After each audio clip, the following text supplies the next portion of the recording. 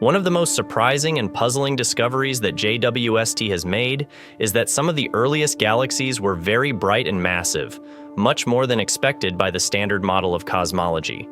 How did these galaxies become so luminous and heavy in such a short time? And what does this mean for our understanding of galaxy formation and evolution? In this video, we will dive into a new study that may solve this mystery and reveal the true nature of these ancient galaxies.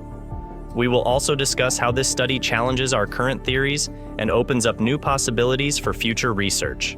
So stay tuned and get ready to witness the dawn of cosmic light.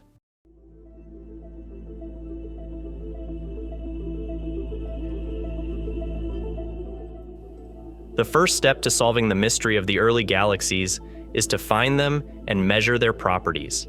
This is not an easy task, because these galaxies are very far away and very faint, and their light has been stretched by the expansion of the universe into infrared wavelengths. To detect these galaxies, scientists used Webb's near-infrared camera, or nircam, which is designed to capture images of the infrared sky with high sensitivity and resolution. It can also use special filters to isolate specific wavelengths of light that correspond to certain features of galaxies, such as hydrogen emission lines or stellar populations.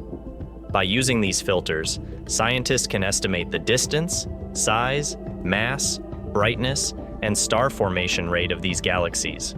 But how do scientists know which galaxies are from the cosmic dawn, which occurred about 540 million to 770 million years after the Big Bang?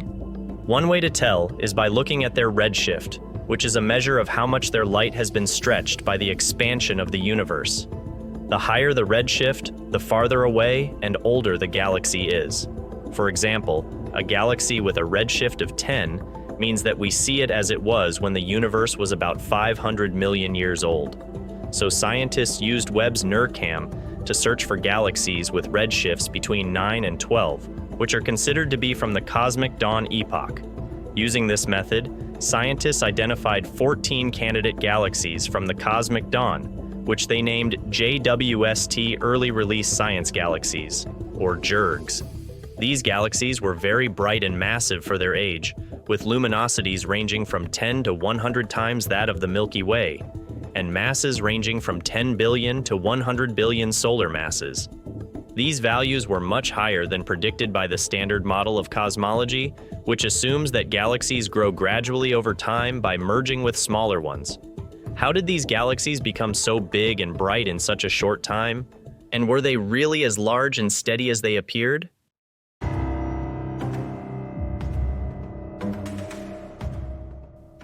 To answer these questions, scientists use computer simulations to model the properties and evolution of these galaxies. They used a code called bluetides, which is one of the largest cosmological simulations ever performed, covering a volume of about 400 billion light-years across. It can simulate how dark matter, gas, stars, black holes, and radiation interact in the early universe, and how they affect galaxy formation and evolution. By comparing the simulated galaxies with the observed ones, scientists found that there was a possible explanation for why these galaxies were so bright and massive. They were not large and steady, but rather small and bright, because of bursts of star formation. In other words, these galaxies were experiencing episodes of intense star formation that lasted for a few million years, during which they produced thousands or millions of new stars per year. These stars were very hot and luminous, emitting a lot of ultraviolet radiation that ionized the surrounding gas and made it glow in infrared wavelengths. This made these galaxies appear much larger and brighter than they actually were. However, this finding also challenges the standard model of cosmology, which predicts that star formation should be slow and steady in the early universe because of various feedback mechanisms that limit it. For example, supernova explosions can blow away gas from galaxies, preventing it from forming new stars. Black holes can also heat up gas with their jets and radiation, making it less dense and less likely to collapse into stars. However, these feedback mechanisms may not have been very effective in the cosmic dawn epoch because supernovae were rare and black holes were small. Therefore, star formation may have been more rapid and chaotic than previously thought, resulting in bursts of star formation that made some galaxies very bright and massive.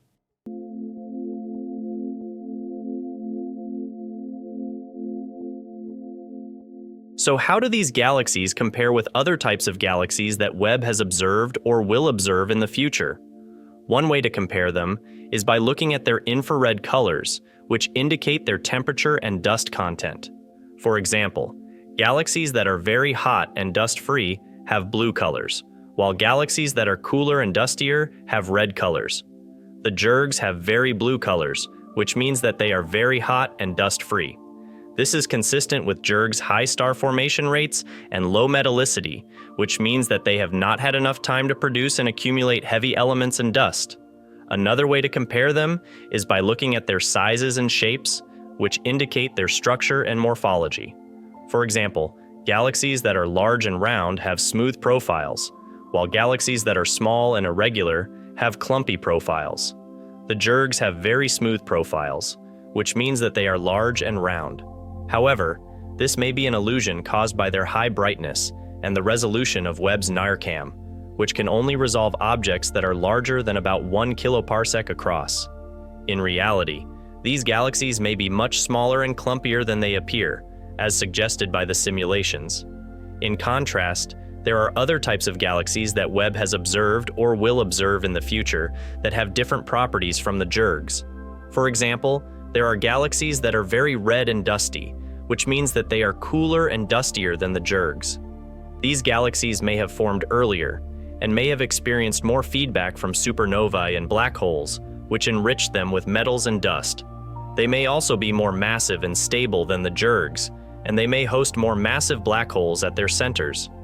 James Webb can observe these galaxies with its mid-infrared instrument, or MIRI, which can detect longer wavelengths of light than nircam. Another example are galaxies that are very faint and distant, which means that they are closer to the beginning of the cosmic dawn epoch. These galaxies may be the first ones to form in the universe, and may be responsible for ionizing the intergalactic medium, which was neutral and opaque before. They may be very small and dim, with low masses and luminosities, and may be dominated by population 3 stars, which are the first generation of stars that formed from pristine gas. James Webb can observe these galaxies with its near-infrared spectrograph, or nirspec, which can measure their spectra and redshifts. In this video, we have seen how these galaxies were very bright and massive for their age, much more than expected by the standard model of cosmology. We have also seen how the researchers used computer simulations to show that these galaxies were not large and steady, but rather small and bright because of bursts of star formation. We hope you enjoyed this video and learned something new about the early universe and galaxy formation. If you did, please like, share, comment, and subscribe to our channel for more videos like this one. And if you want to learn more about the study we discussed in this video, you can check out the paper published in the Astrophysical Journal Letters in the description. Thank you for watching, and see you next time.